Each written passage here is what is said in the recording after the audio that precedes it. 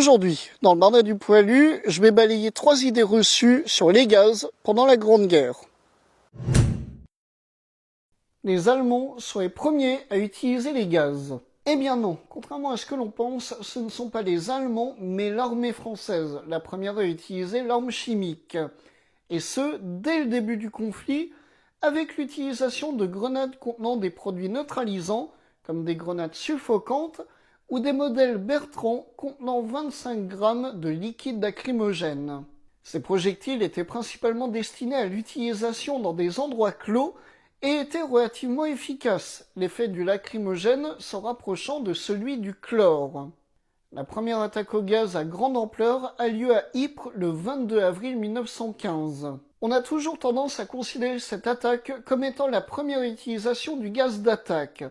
Or, bien avant le 22 avril 1915, l'utilisation de l'arme chimique est répertoriée à plus ou moins grande ampleur sur différents secteurs de combat.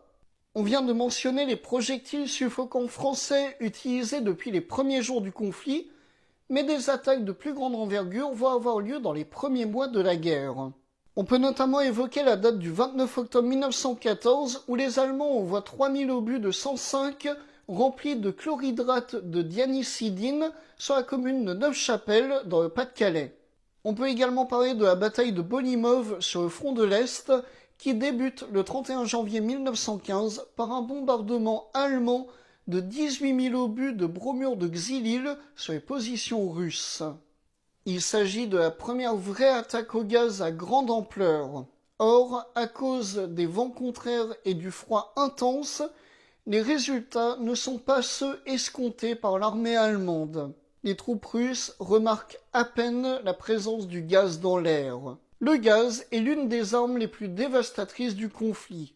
On a toujours l'impression en voyant les films sur la Grande Guerre que l'arme chimique, c'est l'une des armes qui fait le plus de victimes.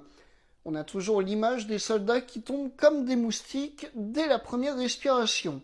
Or, en réalité, si on se réfère aux estimations de l'historien Ludwig Friedrich Haber, qui semblent les plus fiables, on estime que sur les 1 400 000 soldats français tués lors de la Grande Guerre, entre 6 300 et 8 000 sont morts des gaz, ce qui représente 0,45%.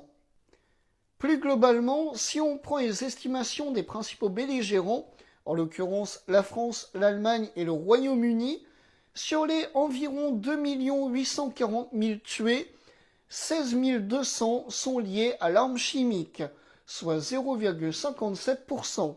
Ces chiffres sont tout de même à prendre avec des pincettes, compte tenu du fait qu'il n'existe aucune archive concernant les pertes dans l'armée russe, par exemple, que suivant le belligérant et la période du conflit, la manière de comptabiliser sera complètement différente et que on ne comptabilise là-dedans que les hommes qui sont morts pendant les 4 années de guerre.